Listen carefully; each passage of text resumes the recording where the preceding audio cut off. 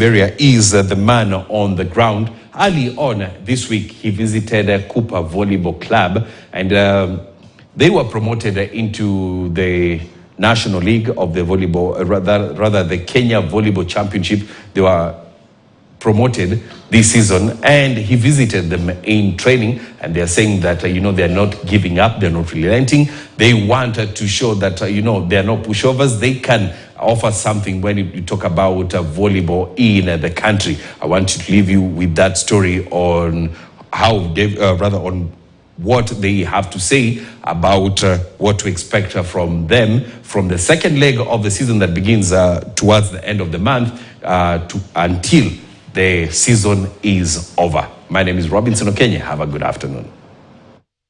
A very good afternoon. Yes, we are in Embakasi. And of course, when we talk about the Kenya Volleyball Federation top tier men's league, you'll not cease to talk about one team that was promoted to play in this season. I'm talking about the Kenya Airports police unit that is been playing in their first leg. Remember, the first leg was held in Nyeri, and there they won one match and lost one match, bagging a win of straight sets against Best Yet to, and they are here sharpening their arsenal ahead of the second leg, which is set to be held in Nairobi on 29th of November to 1st of December this year. Some of the teams they are set to face is actually GSU. I'm here with the coach and also the captain. They'll be telling us what are they working on and what are the weaknesses they saw in Nyeri that they are working around to strengthen them. I'll start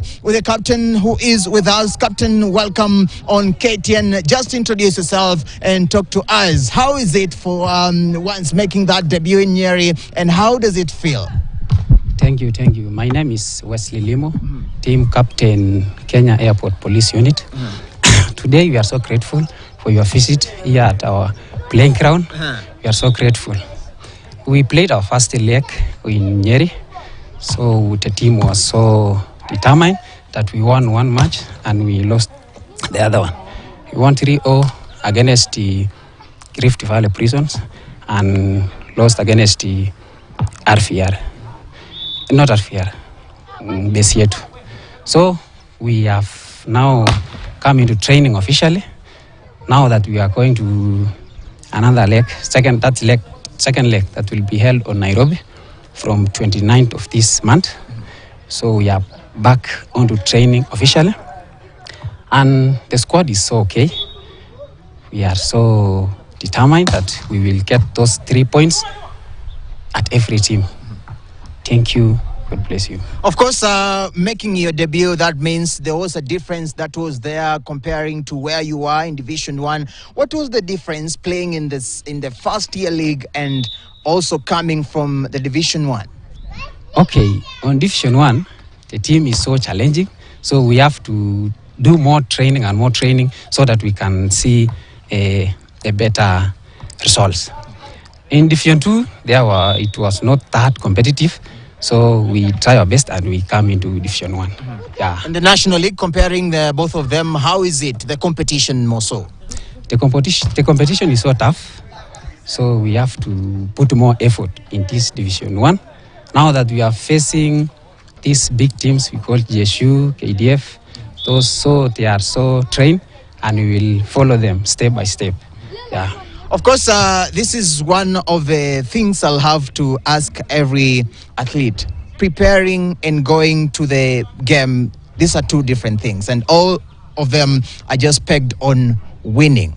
Going to the second leg, you face most of the experienced teams, among them GSU. How are you prepared as the captain? As a captain, we have now changed the mode of training from the one we were training in Division 2 to Division 1. So we have now impacted our training clearly, and that the team now is so determined that everybody is training hardly so that he can see good results. Yeah. Some of the things you learned in the first leg? There are so many experienced players, so you can see how they are playing. So we're trying to emulate them on positioning of the balls, the receptions, and the covering of the ball, even the blocks. Yeah. Of course, the two teams you played against gave you a very rough task. What is that bigger task or some challenging thing that you saw in bigger teams? Which teams gave you a tougher task? Okay, the RFR, that is Rift Valley Prisons, they were more challenging a bit. So now that they had a good service, so we want now to train on service and reception. I think, according to my view, they defeated us on services because they had a good service. So we are now trying to impact on services and receptions. Yeah. Now playing at home in Nairobi, you're based in Nairobi. How will be the feeling, and maybe what can you assure the fans will be thronging at Kasarani and Nyayo Indoor Arena? Yeah. Playing in Nairobi, that is, maybe it will be in Nyayo or Kasarani. We are so grateful that the league is now in Nairobi. So we are preparing so hardly so that we can win. Playing indoors are more softer compared to outdoor, whereby the ball is so, we use the indoor balls. So I think that one will be comfortable with it. And I promise our fans that we will do a great job and we will surprise them. Yeah. Thank you so much. Maybe your parting shot, a word of advice or a word of motivation to everyone watching you here. Okay, we are so grateful that our fans at this defeat. So we are going to make this KAPU a very, very, very good one now that it is upcoming. So going to Division 1 will be our great opportunity. Yeah. Thank you so much. I'll let you join others who are training maybe the arena. Thank you, and may God bless you. That is the captain of KAPU, just telling us they are working around just to see they actually go ahead of winning those matches that are scheduled to be held this November. I'll be also speaking to one man who has been instrumental in ensuring KAPU are doing so well, not just their debut, but also the remaining legs. I'm talking about head coach Luke Makuto. By the way, he was promoted to sergeant. I'll be asking him, how does it feel, and having such an exemplary work that made him actually to get that accolade. Coach, welcome on KTN. Just tell us first, you are promoted to be a sergeant. How is this on your side? Thank you very much. In most cases, I just say that that's the work of God, and I'm very grateful. Many people may wish to be where I am sometimes, but some other issues, just leave it to God. That's God's plan and God's work. And this comes from your exemplary work that you are putting in this team, and how they are playing and how they are posting results in match after every match. Coach, what is your secret?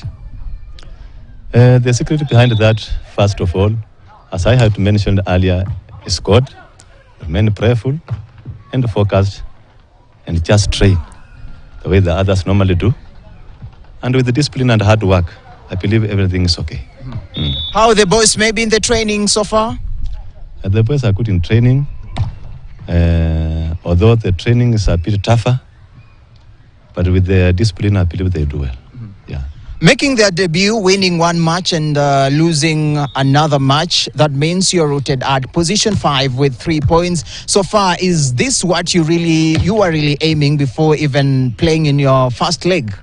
Okay, each and every team is training hard, and the teams we used to play with in Nyeri, they both have experienced coaches and players, and they are used to there. Some of them have been there for the past 15 years and above. So, but we are up to the task. But I believe we will do well. Right now, what are you working on? Is it the serves? Is it the blocks? Or maybe, what are you working on right now? I'm just working on mental strength, because they are physically fit, they are well prepared. But only the technique of play, or the system of play and the mental strength is what I'm working for at Pana. The captain has talked about the second leg will be played indoor, and he's talked about how easy it will be on your side. I've come here and you're actually training outdoor. Do you think this will affect you maybe in the upcoming legs?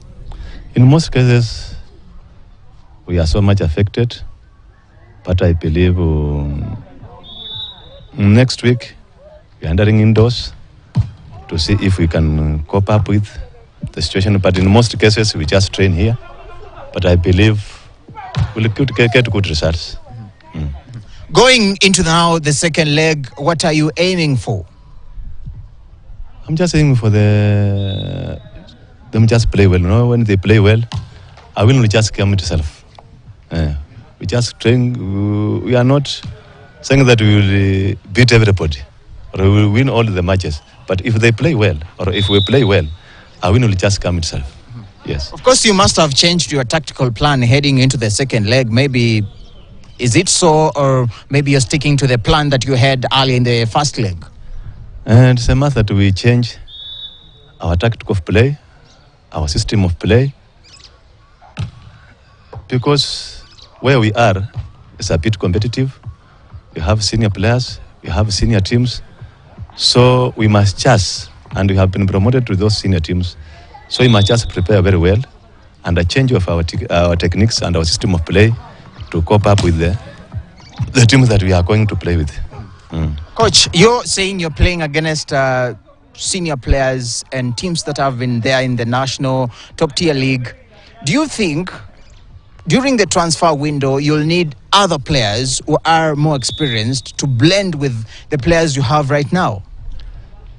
Not so much, but maybe one or two. I may need one or two. But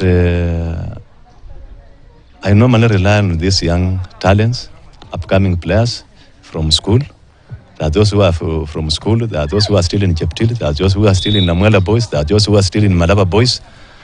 So I only need one or two to carry them. But I believe the team is okay. Yeah. Of course, mentioning that, schools are the hotspot or the hotbed for the talents. Have you gotten some of them who are joining you, and maybe when are they joining? I have gotten them, those who are joining me. I believe I have 3 from Cheptil. I have 3 from Namuela boys. Then I have 2 from Malaba boys. They are joining me, maybe in December. Maybe which positions are they playing? The middle blockers, left. I believe in the middle blocker and left. Yes. Coach, as we finish up, how can you term yourself considering what you've achieved? And maybe talking about achievements, what are you aiming for this season?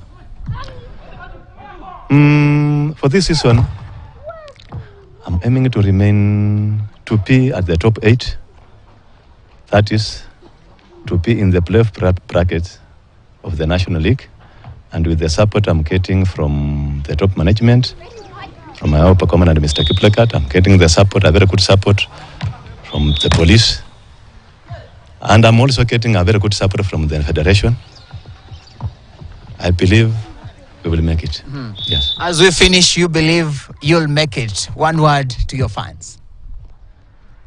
Oh, let them not get worried. We are there for them, as they are there for us. We'll do well. And we promise them a win.